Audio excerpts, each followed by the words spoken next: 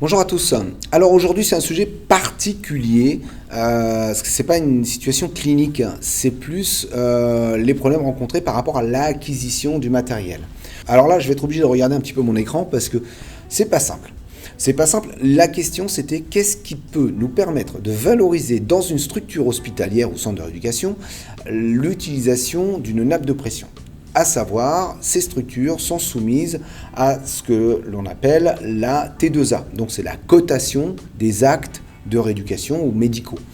Il y a plusieurs familles de cotations. Il y a les CCAM qui vont concerner uniquement le corps médical. Donc les médecins font des cotations CCAM. Ils peuvent déléguer à des kinés et autres, mais il y a toujours un regard médical derrière. Ensuite, nous avons le NGAP, je pense qu'on l'appelle comme ça, qui est dédié aux kinés libéraux. Donc on va sortir du champ. Et après, le César. Le César, c'est ce que moi je remplis dans le cadre de l'Institut Saint-Pierre au niveau de mes activités. Donc c'est le personnel paramédical qui travaille dans un centre de rééducation ou dans un hôpital.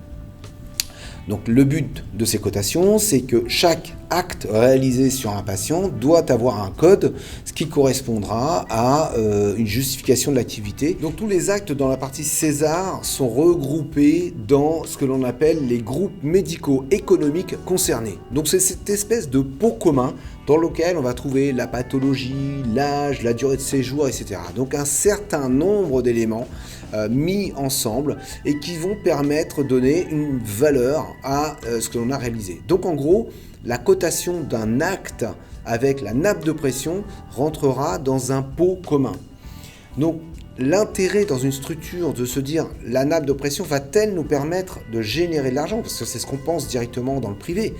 Une nappe de pression, c'est un investissement, et si ça ne génère pas de richesse, si ça ne génère pas de plus-value, on peut se poser la question de l'intérêt de cet investissement. Et on va de même pour les structures, sachant qu'on est quand même un petit peu plus du côté de la santé quand même, donc de l'intérêt du patient, c'est quand même notre priorité première en structure, et auquel cas, la cotation de l'usage de la nappe de pression donc rentrera dans une espèce de pot commun. Cela dit, ces cotations au sein de ce groupe peuvent permettre de modifier l'échelon du groupe. De par sa spécificité, de par l'apport qu'elle peut amener, peut potentiellement amener à monter d'un échelon et du coup à améliorer la qualité de remboursement.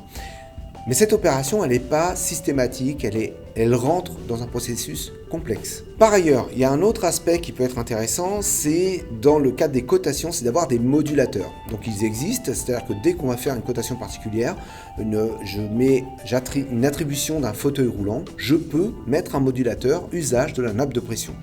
Ça ne rentrera pas nécessairement dans l'activité. Par contre, c'est un traceur qui nous permettra d'avoir des retours statistiques sur l'usage de ce matériel. Donc, par exemple, une structure pourrait demander aux praticiens de dire, bon, quand vous estimez nécessaire l'usage de la nappe de pression, mettez le modulateur, ce qui fait qu'en fin d'année, on clique, là c'est assez rapide, en quelques clics de souris, on connaît le nombre de fois où le praticien aura eu besoin de ce matériel. Et donc ça peut permettre de justifier de l'intérêt de l'usage de ce matériel par le biais des modulateurs. Les modulateurs vont à peu près dans toutes les cotations, donc on peut vraiment assez facilement les utiliser. Donc les modulateurs sont plus des traceurs qui vont permettre de retrouver un aspect statistique.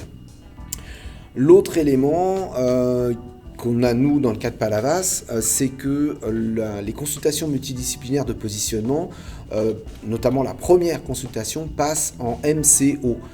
Donc c'est un type de séjour valorisé à la journée parce que dans le cadre de cette hospitalisation, il y a 4 interventions médicales et paramédicales spécifiques.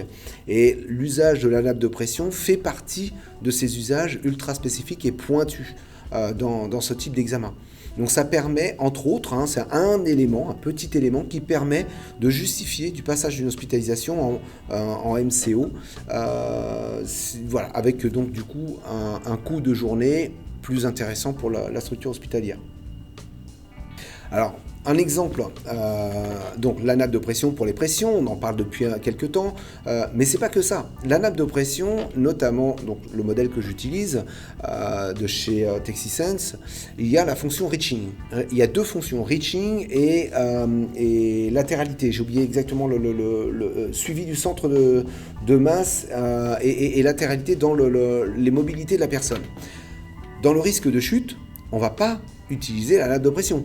Ça n'a pas de sens. En revanche, si on utilise la fonction reaching par rapport à des calages, par rapport à du maintien, et qu'on va demander à la personne d'aller chercher d'un côté puis de l'autre, et montrer que le champ d'action est beaucoup plus important, avec beaucoup plus de sécurité, et qu'on a moins de risque de chute, avec le reaching test l'attestant, la nappe de pression prend son sens. Attention, il faudra quand même bien tracer tout ça dans le dossier du patient, faire des dossiers PDF, donc exporter les données qu'on a eues avec la nappe de pression dans le dossier du patient pour preuve de l'usage du matériel. Donc là, auquel cas, on est dans un usage de la nappe de pression, non plus que pour des histoires de pression, mais comme élément justificatif de preuve d'une amélioration ou d'une mise en sécurité de la personne au travers de ces deux fonctions, reaching test et suivi des déplacements latéraux avec ce matériel. Voilà, un petit peu donc tout ce qu'on peut dire, moi tout ce que je peux vous dire de ma connaissance par rapport à ça. Donc en gros, dans le cas des centres de rééducation et des structures ayant recours à la T2A, donc à la cotation des actes, malheureusement, c'est pas évident d'avoir un vrai bénéfice sur la cotation avec l'investissement de ce matériel.